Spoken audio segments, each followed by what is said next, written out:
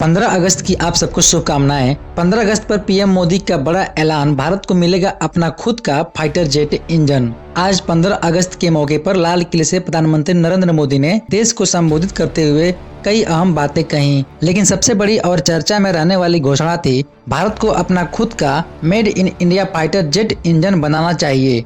अभी तक भारत अपने लड़ाकू विमान जैसे तेजस फाइटर जेट के लिए अमेरिकी कंपनी GE से इंजन खरीदता है। इसका मतलब है कि हम 100% आत्मनिर्भर नहीं हैं। अगर कभी अमेरिका ने इंजन सप्लाई रोक दी तो हमारे विमानों का उत्पादन और उड़ान दोनों पर असर पड़ेगा। पीएम मोदी का कहना है कि भारत को अब इस निर्भरता से बाहर निकलना होगा। उन्होंने देश के वैज्ञानिकों, इंजीनियरों और सरकारी विभागों से अपील की कि वे जल्द से जल्द एक स्वदेशी फाइटर जेट इंजन बनाने का काम शुरू करें। 2 महीने पहले सोशल मीडिया पर फंड कावेरी इंजन नाम का कैंपेन काफी चला था। इस अभियान में कई लोगों ने सरकार से मांग की थी कि वे कावेरी इंजन प्रोजेक्ट को फंड किया जाए ताकि भारत अपना इंजन बना सके। अब ऐसा लगता है कि पीएम मोदी की घोषणा उसी दिशा में एक बड़ा कदम है। इंजीनियरिंग की दुनिया में फाइटर जेट इंजन को बनाना माउंट एवरेस्ट चढ़ने जितना कठिन माना जाता है। इंजन को बेहद हल्का लेकिन बहुत मजबूत बनाना पड़ता है।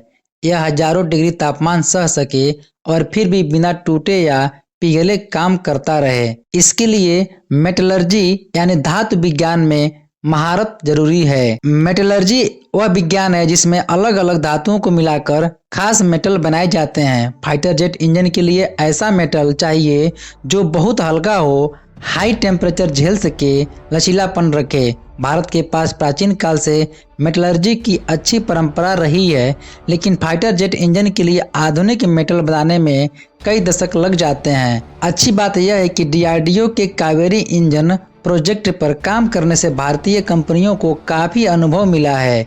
गोदरेज इंटरप्राइजेज के एरोस्पेस बिजनेस के वाइस प्रेसिडेंट ने हाल ही में कहा था कि भारत अब 5वीं पीढ़ी का फाइटर जेट इंजन बनाने की क्षमता रखता है। उनका कहना है कि कावेरी इंजन प्रोजेक्ट पर काम करके उनकी टीम ने मेटलर्जी में बड़ी प्रगति की है।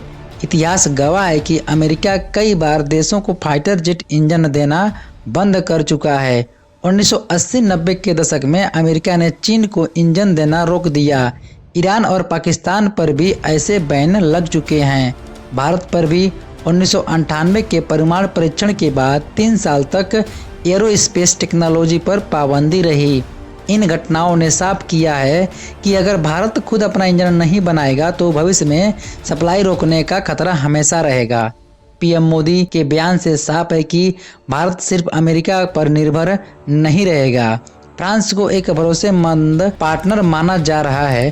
फ्रांस की खासियत है कि वह अमेरिका की हर बात नहीं मानता और अपनी स्वतंत्र विदेश नीति अपनाता है। भविष्य में भारत फ्रांस या किसी और तकनीकी रूप से सक्षम देश के साथ मिलकर यह प्रोजेक्ट तेजी से पूरा कर सकता है। अगर भारत अपना फाइटर जेट इंजन बना लेता तो हम आत्मनिर्भर हो जाएंगे। रक्षा क्षेत्र में विदेशी दबाव कम होगा, अरबों डॉलर का आयात बिल बचेगा।